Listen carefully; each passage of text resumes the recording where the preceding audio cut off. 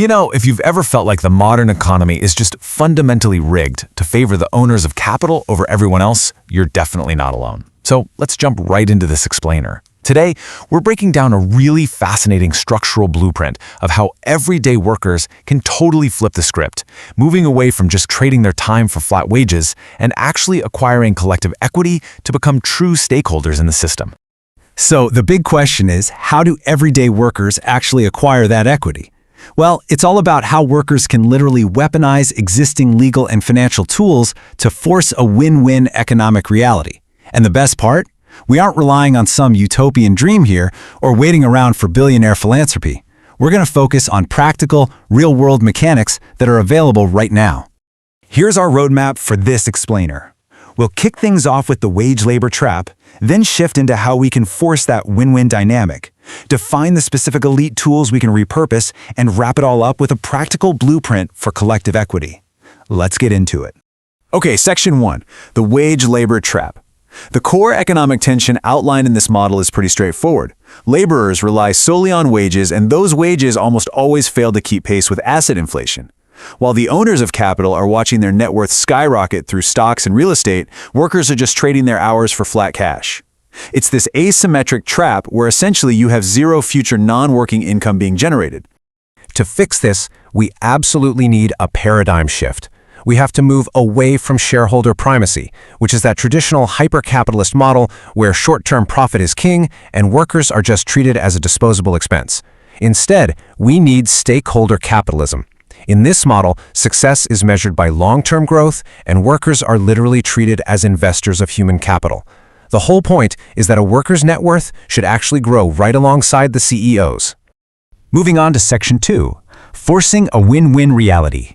Now, what's really interesting here is that history shows us power almost never surrenders voluntarily, right? To reach that stakeholder model, workers have to force stockholders into a win-win scenario through purely rational self-interest. Capitalists aren't going to change their minds because of some sudden moral awakening. They will change when the environment around them forces their hand. The model actually outlines 4 specific levers to change corporate behavior. Basically, capitalists shift gears when exploiting labor becomes legally risky, socially volatile, and economically a dead end. First, there's the threat of systemic chaos, using profit sharing almost like an insurance policy against social unrest.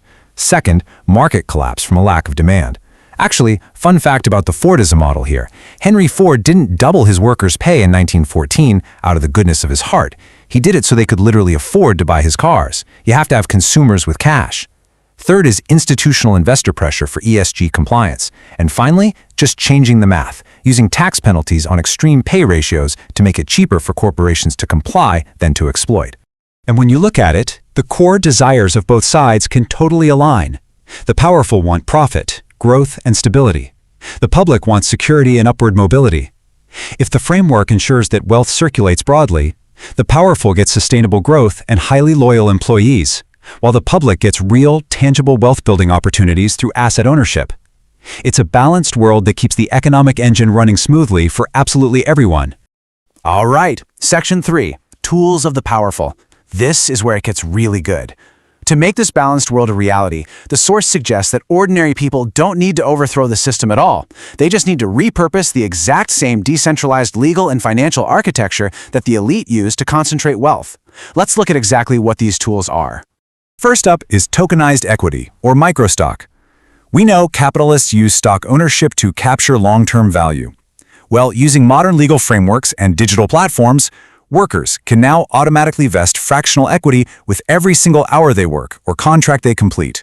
So, instead of just taking a flat wage, this digital wrapper transitions you from being a disposable earner into a capital owner. Your personal wealth grows directly in tandem with the company's success.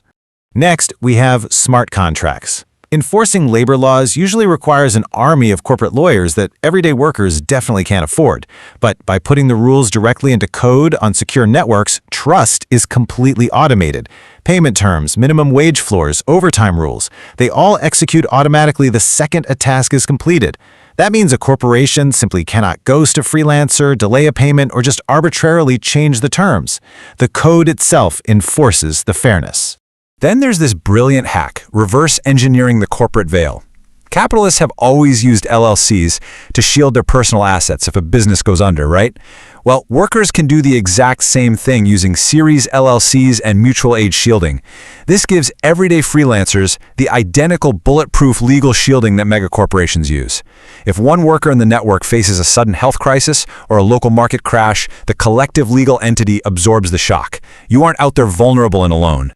Fourth on the list are community land trusts, or CLTs. We all know real estate financialization prices ordinary workers right out of their own neighborhoods. A CLT completely flips this upside down. The community legally and permanently separates the ownership of the land from the buildings on top of it, and they fund that land purchase through fractional digital microbonds that everyday savers can buy. This totally removes the land from the speculative market, making sure rent stays permanently affordable.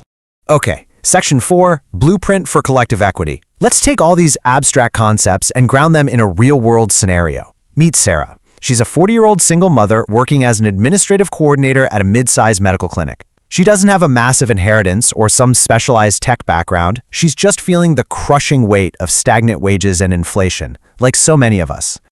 When Sarah's clinic was acquired in a ruthless private equity buyout, staffing was immediately cut and her workload doubled. But she realized something crucial. Waiting for corporate benevolence is a total fantasy, and fighting back alone is pointless. The source material puts it perfectly. Power belongs to organized groups using standard legal tools. Sarah knew she needed to organize collectively. Over just 4 years, she executed an incredible journey. In year 1, instead of just striking blindly, she banded together with 12 of her colleagues to form a mutual aid legal trust.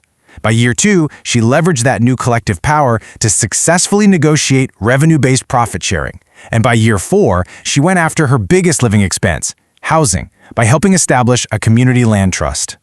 Her exact playbook is a masterclass in this blueprint. Step 1, the group pooled small monthly savings into their mutual aid trust for things like emergency childcare and housing stability. Step 2, because her team held all the vital operational knowledge of the clinic, they basically made themselves unfireable, which is how they secured that revenue-based profit sharing. And Step 3, she coordinated with local coalitions and used those microbonds to legally strip the speculative value away from her home, locking it safely into the community land trust. The contrast here is night and day. The old way left Sarah isolated, entirely wage-dependent, and ultimately disposable to the private equity firm. The new way made her collective, equity-holding, legally protected, and totally indispensable. By age 50, she's not some tech billionaire, sure, but she co-owns her operational infrastructure, her housing is locked in and secure, and her income automatically rises whenever the clinic succeeds.